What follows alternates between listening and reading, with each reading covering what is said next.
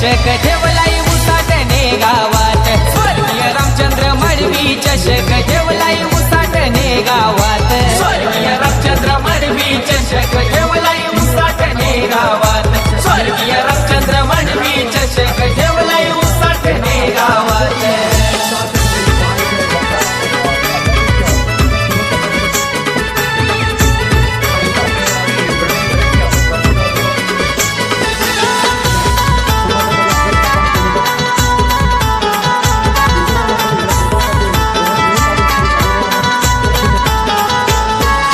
रुबाबदार होता यो दादा साऱ्यांचा